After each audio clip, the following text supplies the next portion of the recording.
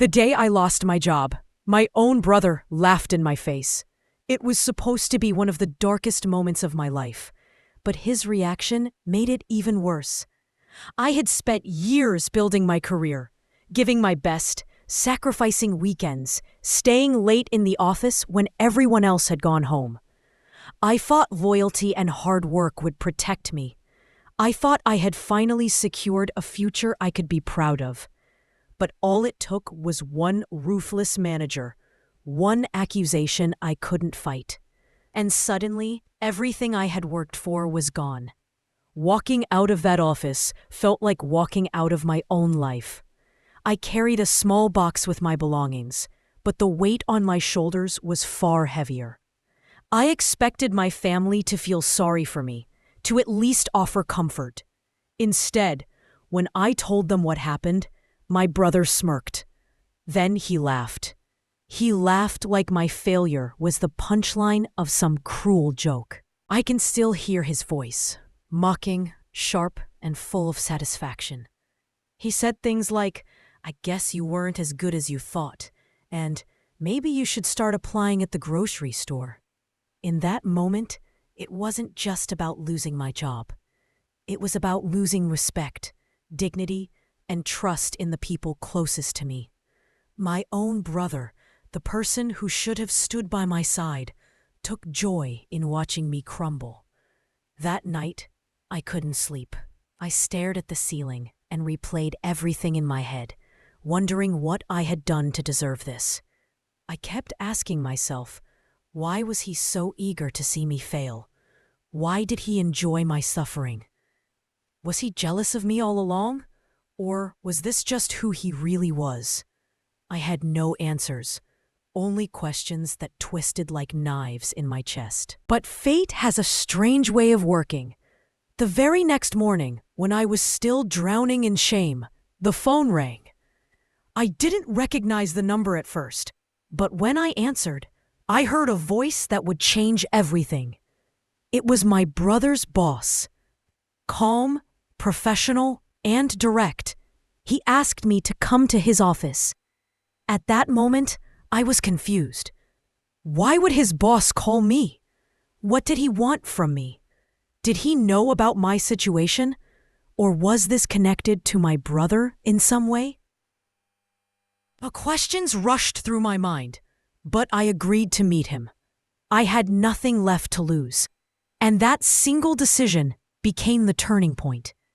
My brother had no idea that the same sister he laughed at would soon become the reason his world came crashing down.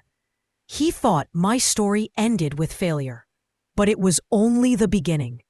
His laughter lit a spark inside me, and that spark would grow into the fire that burned down everything he thought he had secured. He never saw it coming. Not the betrayal, not the downfall, not the revenge. I grew up in a modest household. Nothing fancy, nothing extraordinary. My parents worked hard to keep food on the table and a roof over our heads, and for that, I was always grateful. But even as a child, I knew one thing very clearly. I was always overshadowed by my younger brother, Ethan. From as early as I can remember, I was the responsible one. I was the child who did my homework without being told, who helped my mother in the kitchen, who cleaned up after meals, and who tried to make life easier for everyone. Ethan, on the other hand, was carefree. He was the golden boy, the one who could shine his way out of anything. When I brought home straight A's, my parents would nod with approval. But when Ethan barely scraped by, they'd still praise him, saying things like, "He just has a different kind of talent." At school, I was the achiever. I stayed up late studying, I cared about my grades, and I wanted to build something for myself. My dream was always clear. I wanted to create a respected career, to prove that I could rise above the limitations of where we came from, to show my family and the world that I was capable of something greater. But even in those early years, I often felt underestimated, no matter how hard I worked. Ethan's effortless charm seemed to outshine my efforts in my parents' eyes. I still remember one report card day, when I came home with top marks in every subject. I handed it to my father, expecting pride. He smiled, but then Ethan walked in, bragging about how he scored just enough to pass. My father laughed and said, "That's my boy, always surviving." Somehow, Ethan's mediocrity was celebrated, while my achievements were simply expected. It was a pattern that repeated itself over and over. Birthdays, school plays, family gatherings, no matter what I did, Ethan managed to capture the spotlight. And deep down, I convinced myself that it didn't matter. I told myself that one day, when I built a career of my own, when I stood on my own 2 feet, people would finally see my worth. My personality became shaped by that desire. I was ambitious, disciplined, and determined to prove myself. I wasn't the kind of person to give up easily, even when people doubted me, and people doubted me often. Teachers assumed I was just a quiet girl who would never amount to much. Relatives would say things like, "Ethan is the one with personality, she's just serious." They never realized that behind my quietness was a strength they couldn't see. Looking back now, I should have known the truth. I should have realized that the same smug smirk Ethan wore as a boy would come back to haunt me as an adult. His laughter at my struggles didn't start the day I lost my job. It started in childhood, when he learned that no matter what, he would always be celebrated, and I would always have to fight for recognition. And that fight, that endless need to prove myself, became the very fuel that carried me through the darkest times ahead. By the time I was in my mid-20s, I felt like my life was finally coming together. After years of studying, pushing myself, and working harder than anyone else around me, I landed a job in a respected company. It wasn't just a paycheck. It was validation. For the first time in my life, I felt like I had built something on my own terms. The income was steady, the work was challenging, and people actually respected me for my abilities. I had climbed a step higher than anyone expected me to, and it felt good. With that job came independence. I saved every month, disciplined as always, and eventually I bought my first home. It wasn't a mansion, but it was mine. Walking into that house the first night, holding the keys in my hand, I felt proud in a way I had never felt before. No one had handed it to me. I had earned it. Every corner of that house reminded me that my sacrifices had been worth it. Meanwhile, Ethan was working at a large firm. On the surface, it sounded impressive. He loved telling people how important his company was and how he was moving up quickly. But I knew the truth. Ethan had always relied on charm and smooth talking more than actual skill. He did just enough to get by, and whenever trouble came close, he found a way to pass the blame onto someone else. Somehow, he always slicked out untouched, leaving others to clean up the mess. At family dinners, our different paths became more obvious. I would talk about my projects, the people I managed, or the milestones I had achieved. My parents would nod politely, but then Ethan would chime in with exaggerated stories from his workplace. How his boss trusted him, how his coworkers admired him, how he was destined for bigger things. I could see through the act, but I never said anything. Why start a fight when I was secure in my own success? Ethan, of course, couldn't resist taking little jabs at me. He would joke that I worked too hard, that I was boring, that while I was busy staying late in the office, he was out enjoying life. Sometimes he would say things like, "You may have the house, but I've got the charm." Everyone would laugh, and I would brush it off with a smile. Deep down, I told myself it didn't matter. Let him have his jokes. I had something real, something he couldn't fake. Stability, success, and pride. For once, I wasn't the shadow. I was the one shining. I woke up every morning believing I was on track, believing that nothing could shake the life I had built. At the time, I thought I was untouchable. I thought all the pain of being overlooked as a child was finally behind me. But what I didn't know was how fragile it all really was. I had no idea how quickly everything could crumble. For a long time, I believed I had found stability. My work was steady. My efforts were finally recognized, and I thought I had secured my place. But then, everything shifted the moment a new manager walked into the office. At first, I wanted to give him the benefit of the doubt. I believed in professionalism, in proving myself through results. But it didn't take long before I realized that this man wasn't interested in fairness. From the very beginning, he seemed determined to undermine me. No matter what I did, it wasn't enough. If I stayed late, he called me inefficient. If I finished early, he said I had rushed. When I presented my work, he picked at the smallest details, twisting them into flaws. Slowly, he started reassigning my projects to others, projects I had worked tirelessly to build. And then came the final blow. He accused me of making a mistake that wasn't mine, a mistake so damaging it shook the confidence of the higher-ups. I had the proof that it wasn't me, but by then the damage was done. He had already painted me as careless, and the company believed him. The day they fired me, I felt like my world collapsed. I sat across from people who once praised me, listening as they said words like disappointed and let go. I wanted to scream that I had done nothing wrong, that I was being sabotaged, but the words stuck in my throat. All I could do was gather my things, walk out of that building, and try to hold my head high while inside I was breaking. That night, I came home hoping for some comfort, maybe even sympathy. But instead, I found Ethan waiting at the dinner table, smirking as if he had been waiting for this moment his whole life. When I told my parents I had lost my job, his laugh cut through me sharper than any words. He leaned back in his chair, shaking his head, and said, "Guess Big Sis wasn't as perfect as she thought. Don't worry, maybe you'll get a job folding shirts somewhere." The room went silent, but the damage was already done. His mockery burned deeper than the betrayal at work. It wasn't just about losing my career anymore. It was about being humiliated in my own home, in front of the people who were supposed to support me. I barely touched my food that night. I excused myself quietly, but inside, my heart was boiling with anger.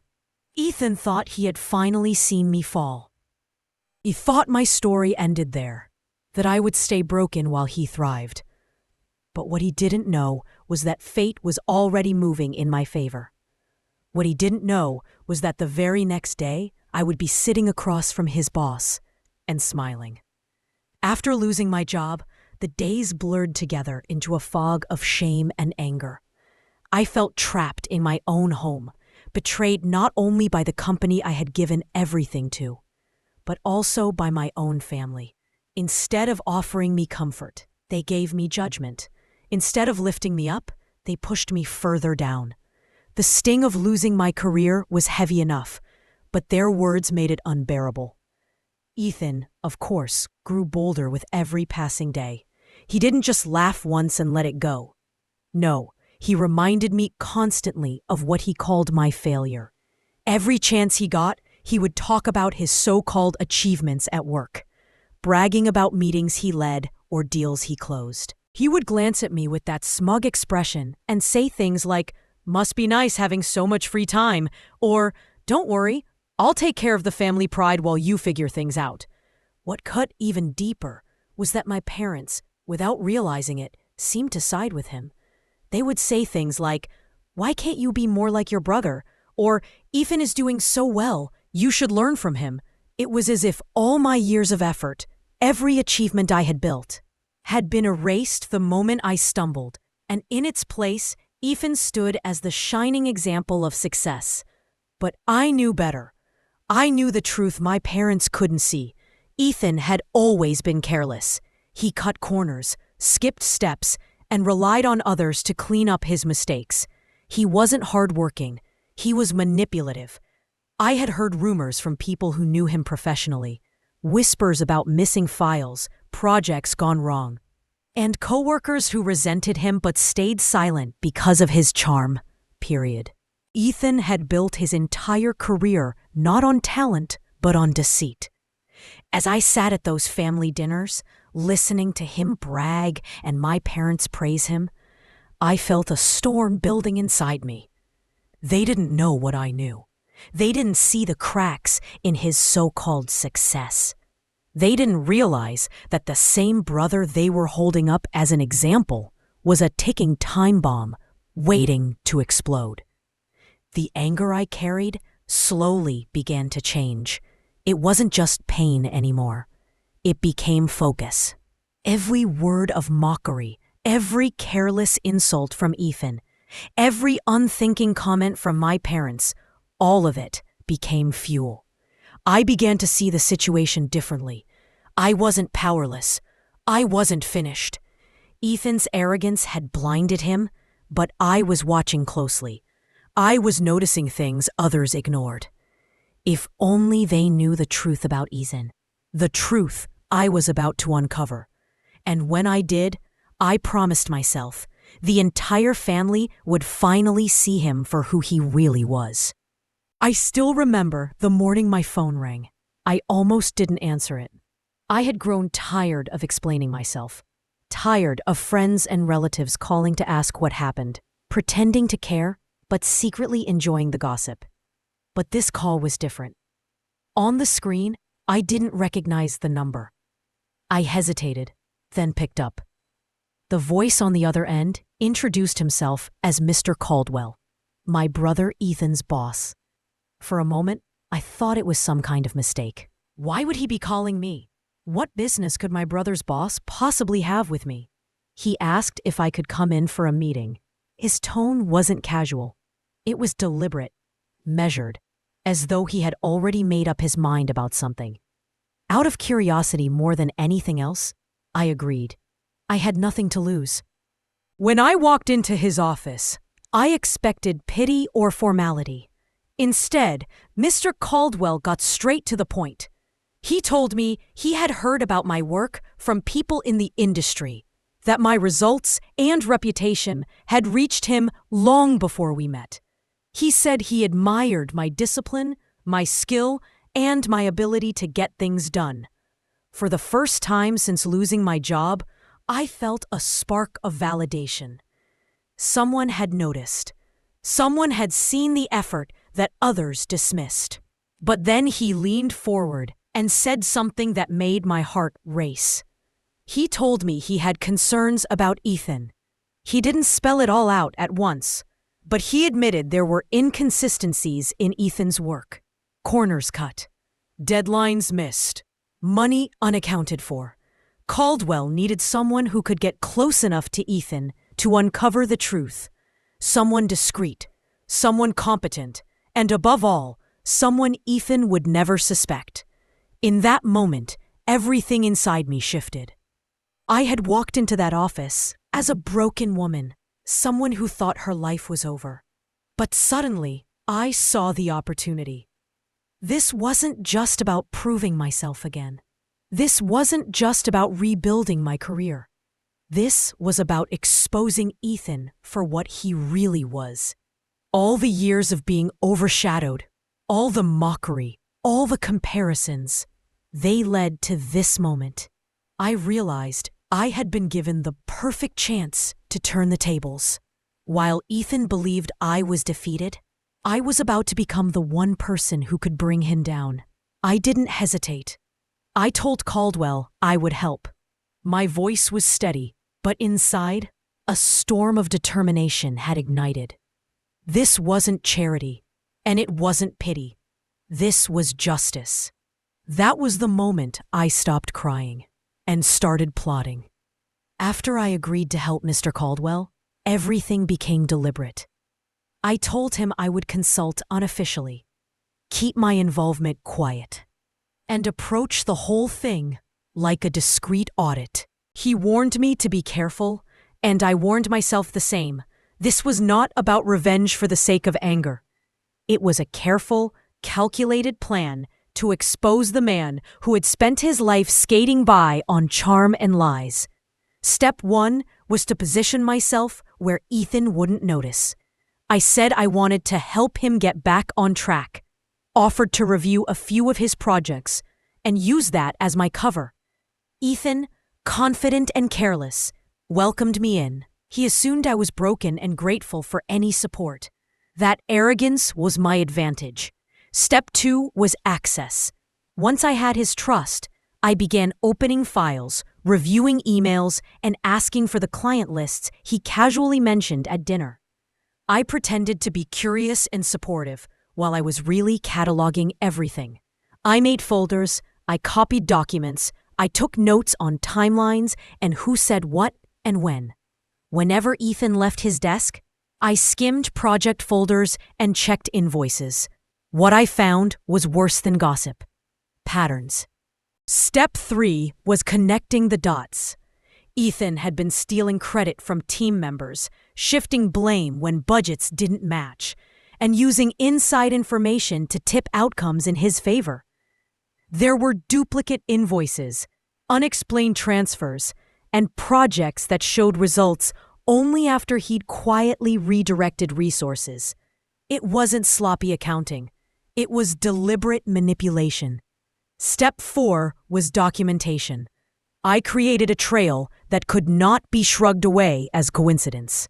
Screenshots of altered spreadsheets, copies of emails where he asked others to alter reports, voice memos of him admitting shortcuts in what he thought were private conversations, and witness statements from coworkers who were afraid to speak up. I backed everything up in multiple places and labeled it with dates. I learned to be surgical.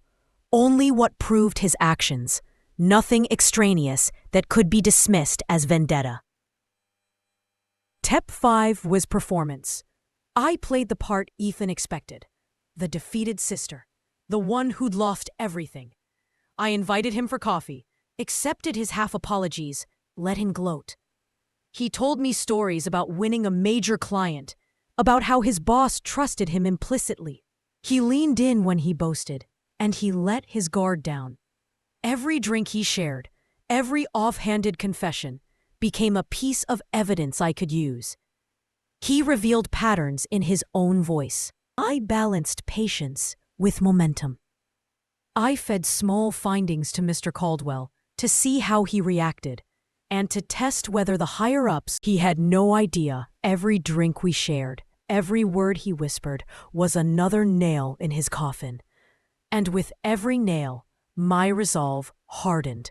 This would not be a messy spectacle driven by spite. This would be a dismantling of his lies, done with patience, precision, and purpose. Once my plan was fully in motion, I began feeding Mr. Caldwell the evidence piece by piece. Not all at once, not enough to cause suspicion if Ethan somehow caught on, but in steady increments that built a solid case. Each screenshot, each recording, each witness statement was delivered carefully, and with every passing week, I could feel the noose tightening around my brother's career. It didn't take long before subtle investigations began at his workplace. A few managers started asking questions, rechecking numbers, demanding clarifications on projects Ethan had long considered buried. I watched from a distance as the confidence he wore like armor began to crack. He brushed it off at first, calling it routine checks, but I could see the panic forming in his eyes. The same smug brother who once laughed in my face now struggled to keep his composure in his own office.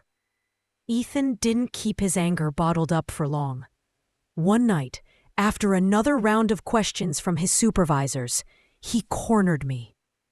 His voice was sharp, filled with desperation masked as arrogance. He sneered, "Are you jealous of me? You'll never have what I have." I didn't respond, but inside I recognized the irony of his words. He had no idea that what he thought he possessed was already slipping away. The real breaking point came at the company party. Caldwell extended an invitation to me as his personal guest, a move that caught Ethan completely off guard. When I walked in beside his boss, dressed with confidence and calm, Ethan's face drained of color. He tried to play it off, forcing a smile, but the confusion and suspicion in his eyes betrayed him. He was scrambling, silently asking himself why I was there, what role I had in all of this, and why his boss seemed so comfortable at my side. I made no effort to explain. I let the silence do the work. I let him stew in uncertainty because I knew what was coming. As the evening unfolded, Caldwell pulled Ethan aside. The two disappeared into a private office for what felt like an eternity. When they finally emerged, the look on Ethan's face said it all. Pale, shaken, drenched in sweat. The party continued around him, but he was already unraveling. What he didn't know, at least not yet, was that this was just the beginning. By the end of the night, his entire career would go up in flames. Caldwell had the evidence. The board was already informed, and Ethan's web of lies was collapsing under its own weight. And I was there, calm and steady, watching every second of his downfall. For years he had gloated. For years he had mocked me, but now it was my turn to stand tall while he crumbled. By the time the party reached its height, everyone was gathered in the main hall. Laughter, glasses clinking, music in the background, all of it masking the storm that was about to break. Mr. Caldwell stepped forward, tapping his glass for attention. The room quieted, and in that silence, I knew Ethan's life was about to change forever. Caldwell began by thanking everyone for their hard work, his tone warm and measured. Then, with a subtle shift, he announced that recent internal reviews had uncovered troubling patterns. Whispers rippled through the room as he listed the findings one by one. Missing funds, altered reports, projects manipulated for personal gain. He spoke calmly, but the weight of his words struck like thunder. When he named Ethan, the entire hall froze. Gasps cut through the air as eyes turned toward my brother. Caldwell laid the evidence bare. Emails, numbers, testimonies. There was no room for denial, no space for excuses. Ethan tried to speak, his words stumbling, his confidence shattered. Sweat glistened on his forehead as the reality sank in. He was caught, and there was no escape. Humiliation doesn't come in silence. It comes in the sound of whispers and the sting of stares. His friends avoided his gaze. Colleagues who once praised him shook their heads in disappointment. Even our parents, invited as proud family, sat stunned, their faith in their golden son crumbling before their eyes. I stood quietly at the edge of the room, a calm smile on my lips. I didn't need to say a word. Ethan's eyes finally found mine, and in that instant, he understood. The realization hit him harder than Caldwell's words ever could. It was me, the sister he mocked, belittled, and laughed at. I was the one who had pulled the thread that unraveled his empire of lies. But the night held one more twist, sharper than anything he could have prepared for. As the murmurs settled, Caldwell turned toward me. In front of the entire company, he announced his decision. Ethan was not only being terminated effective immediately, but the role he once held would now be offered to me, a high-ranking position, one that came with authority, trust, and respect. The crowd gasped. For a moment, the room seemed to hold its breath. All eyes turned to me as Caldwell extended his hand, a public symbol of confidence and endorsement. I accepted it calmly, my smile never faltering. Ethan's face drained of color. Rage and disbelief battled in his expression, but he could do nothing. The power he once lorded over me was gone, stripped away in an instant, and handed to the very person he thought would never rise. The brother who once laughed at me now watched as I took everything from him. And in that moment, justice had never tasted. After that night, everything changed. For the first time in months, I woke up without the heavy weight of shame pressing on my chest. I no longer carried the burden of what had been taken from me. Instead, I carried the knowledge that I had rebuilt myself stronger, sharper, and far more resilient than before. My career, which I once thought destroyed, was now standing taller than it ever had. I wasn't just employed again. I was respected, trusted, and finally recognized for the work I had always done in the shadows. But beyond the job, something deeper shifted.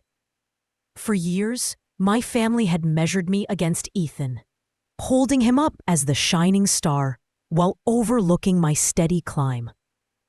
That illusion shattered the night of his downfall. My parents, who once asked me why I couldn't be more like my brother, could no longer deny the truth. They saw the deception, the lies, the arrogance he had built his life on. And for the first time, they looked at me not with disappointment, but with pride.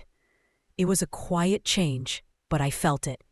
My father's softened tone, my mother's lingering glances, small acknowledgments that carried more weight than words. As for Ethan, his silence said everything. The man who once filled rooms with laughter at my expense now avoided my gaze entirely. He was stripped not only of his job, but of the mask he had worn for so long. No more smug smirk. No more casual insults. Just emptiness where his confidence used to be. Watching him stumble through the wreckage of his own making, I realized I didn't need to hate him anymore. I didn't need to fight him or prove myself to him. The truth had done all the work for me. I wasn't bitter. In fact, I felt something close to peace. For once, I didn't need to explain myself, didn't need to beg anyone to see me. The evidence had spoken. The lies had unraveled. And Ethan, the brother who once thrived on my humiliation, had finally faced the consequences of his choices. Life after that moment didn't become perfect, but it became lighter. I worked harder than ever, but with a renewed sense of purpose. My career wasn't just about success anymore. It was about owning my worth, no matter who tried to strip it away. Sometimes I think back to the night I was fired. The sound of Ethan's laughter still ringing in my ears. I remember how small I felt, how helpless. And then I think of the silence that followed his downfall. The way the balance shifted without me needing to scream or rage. That's when I realized something important. Revenge doesn't always come with fire and fury. Sometimes it comes with silence, patience, and the sweetest smile.